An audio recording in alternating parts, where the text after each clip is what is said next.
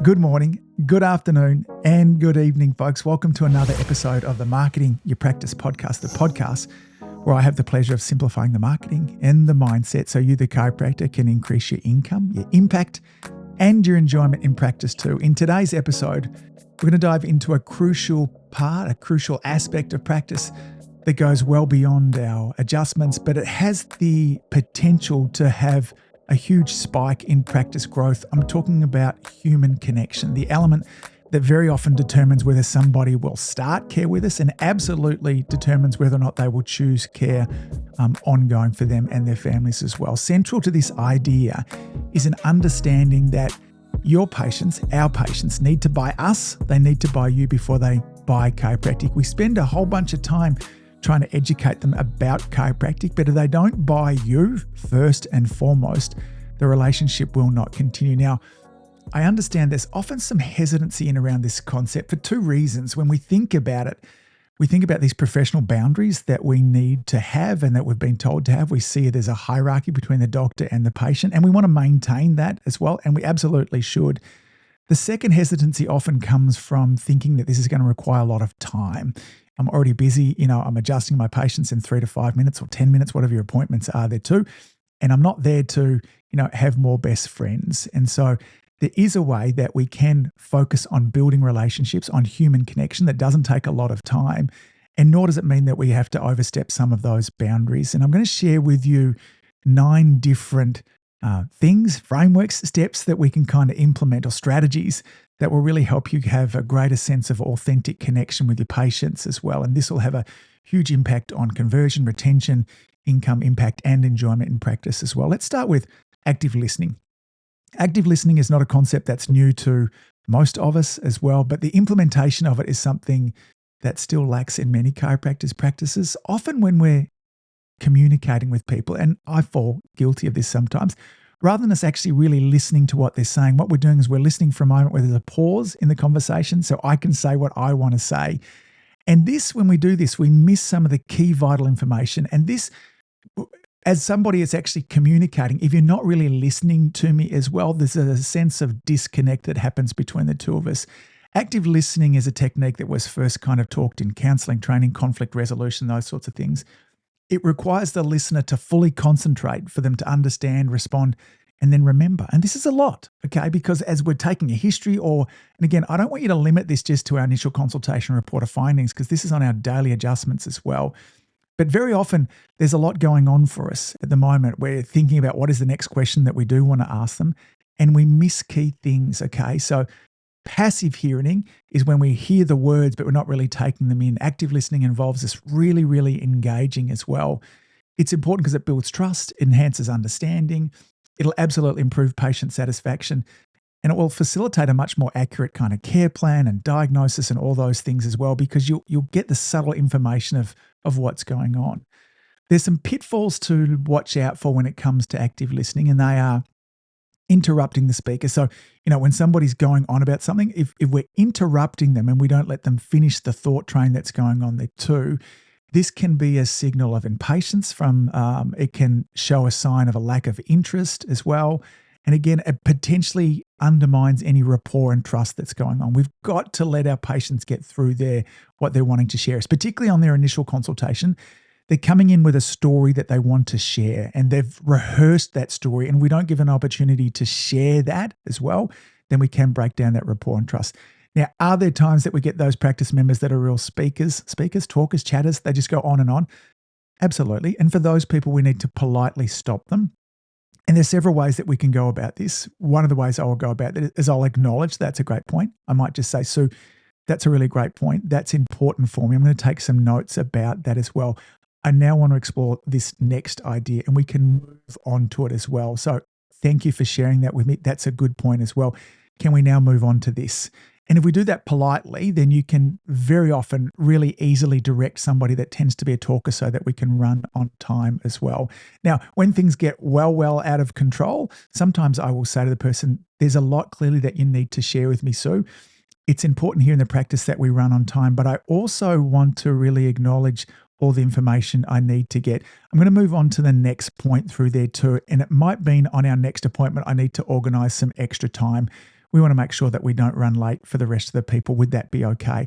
Versions of those two things there can be really helpful for me keeping people on track as well, okay? One of the other pitfalls to think about there too is formulating a response while listening, okay? Already predicting where you're going to go, and we miss vital pieces of information, okay? Showing judgment or disapproval. If somebody's saying something that you don't approve of as well, non-verbal cues like frowning or shaking your head as well. These are verbal cues that express judgment. So we want to make sure that we've got nodding heads when appropriate. Okay, now there are times that we want to shake our head, that there's something's, in disbelief, that we want to kind of share that as well. We want to be careful not to oversympathize. Empathy is a real key here as well, but we don't want to overdo it as well. We want somebody, as a healthcare practitioner, I want to see leadership and I want to see compassion from them, but I don't necessarily want to see sympathy as well. Lack of eye contact.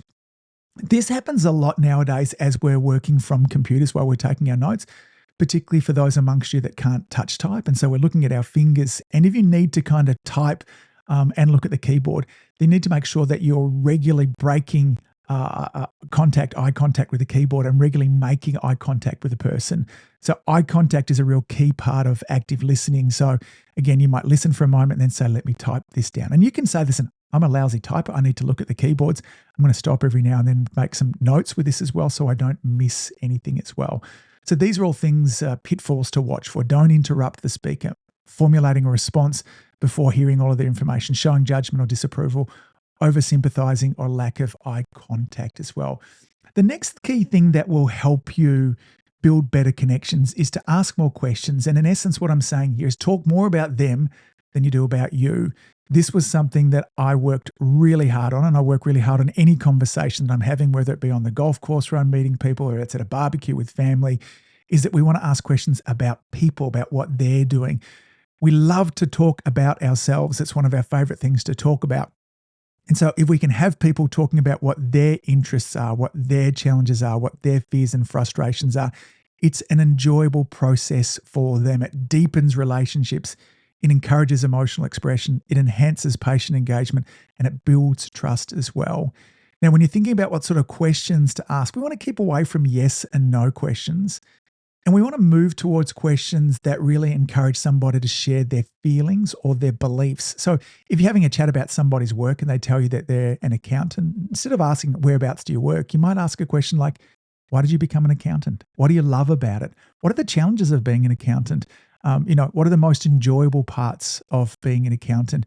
And we can start to, get an understanding of what their fears are, their frustrations, their beliefs are. And this sort of conversation, when done in an authentic way, really bonds people to us. So look for opportunity to ask questions about people's feelings. How did that feel? So someone might share with you that they lost their job on the weekend. We want to commiserate with that too. We want to empathize. How does that feel for you? That must be really difficult. We want to step and lean into this, and we'll talk about that in a moment there too. Some of the pitfalls to watch for with this too, we can be too intrusive, particularly in the early stages of a relationship. We don't want to just dive straight in there. We need to test the water beforehand. Failing to follow up. When you ask these questions, patients will very often share with you important information, vulnerable information that you want to have stored in there. We'll talk about that a little bit later on. Maybe it's some notes on your computer here. About what they're worried about, that if they share something with you and it never comes up in a conversation again, we miss an opportunity for connection there also. Okay.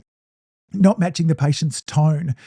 In the next one, we're going to talk about physiology and mirroring and matching and stuff like that. But it's important to, match the patient's emotional state there as well.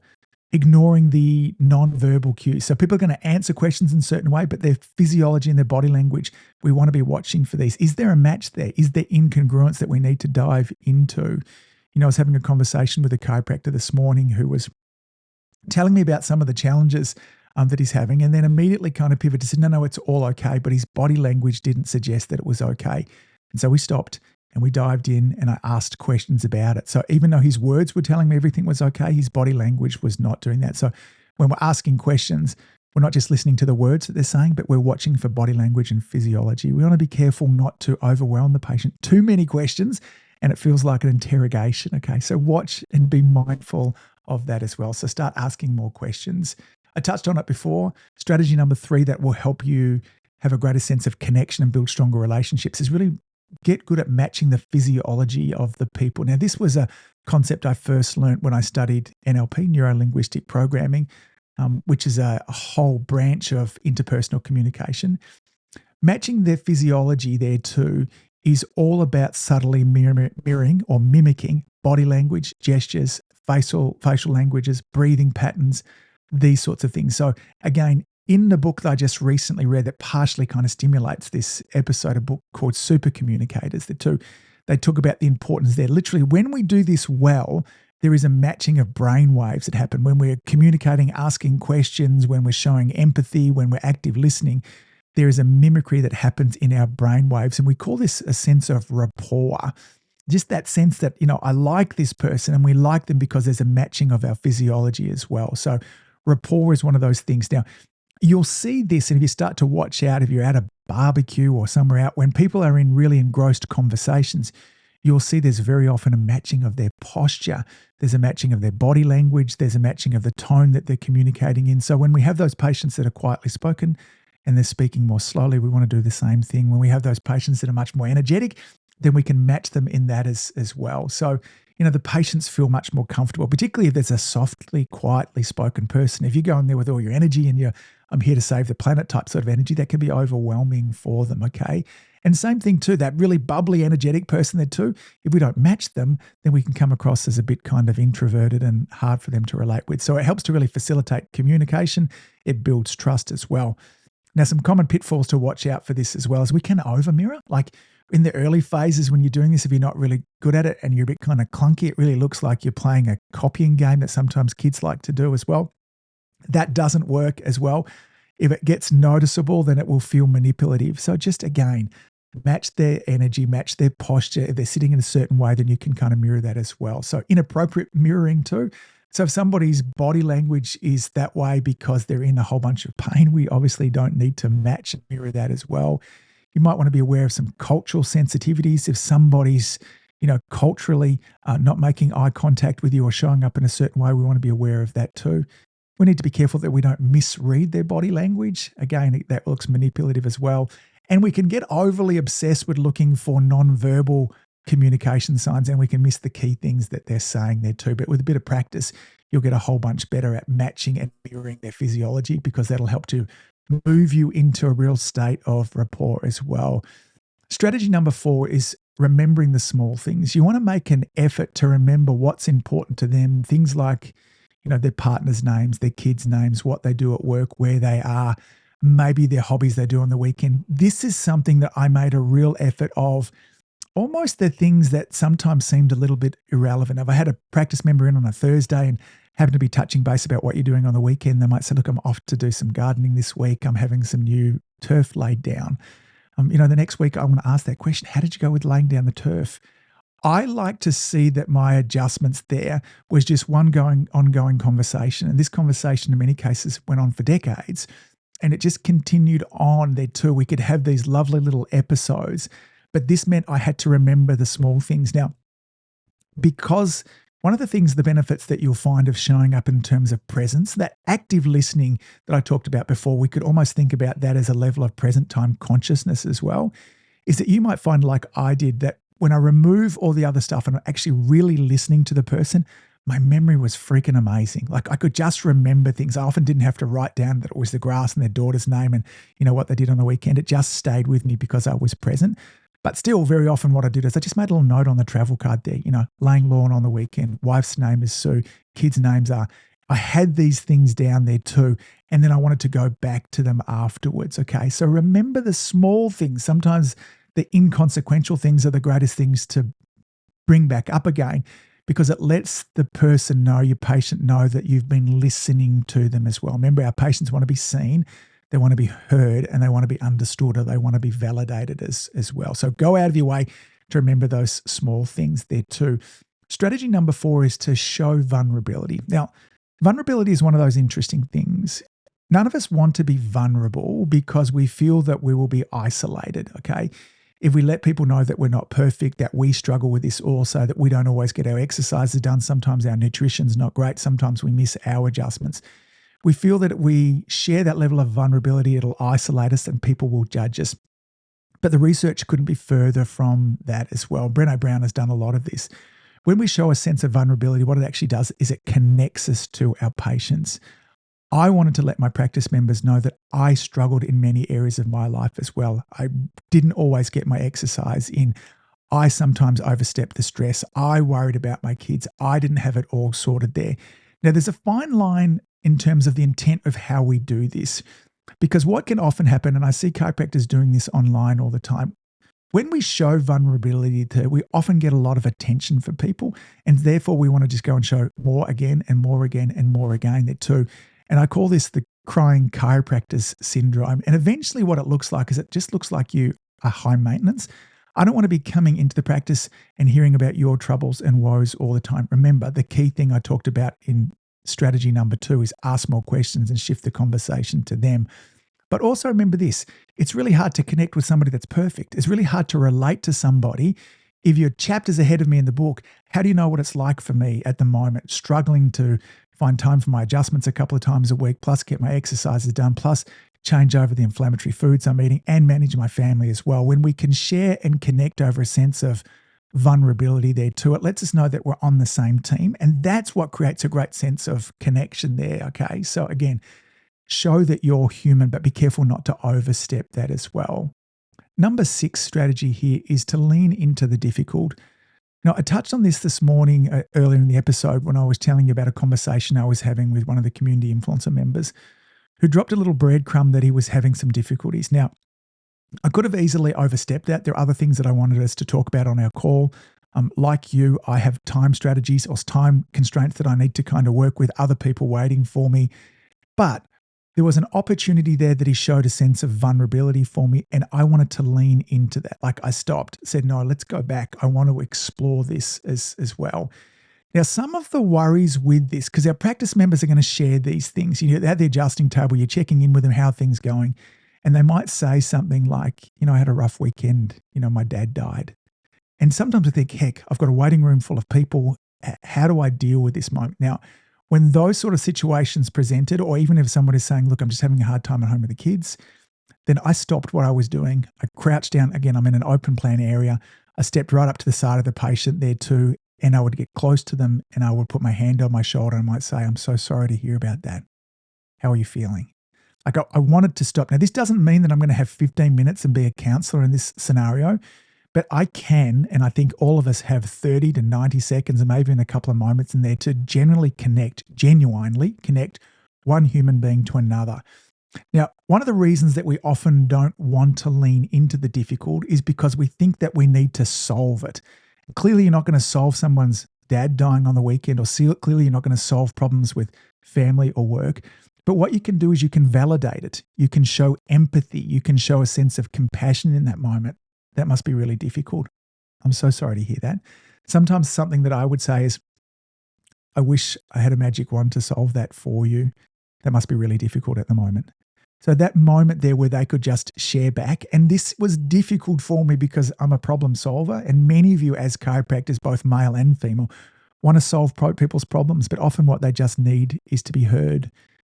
In the book I was reading, he told the story in there about his father dying, and everybody was super awkward in around asking questions. What he really wanted people to do was say things like, what are your favorite memories about your dad? What do you think that you will miss about him?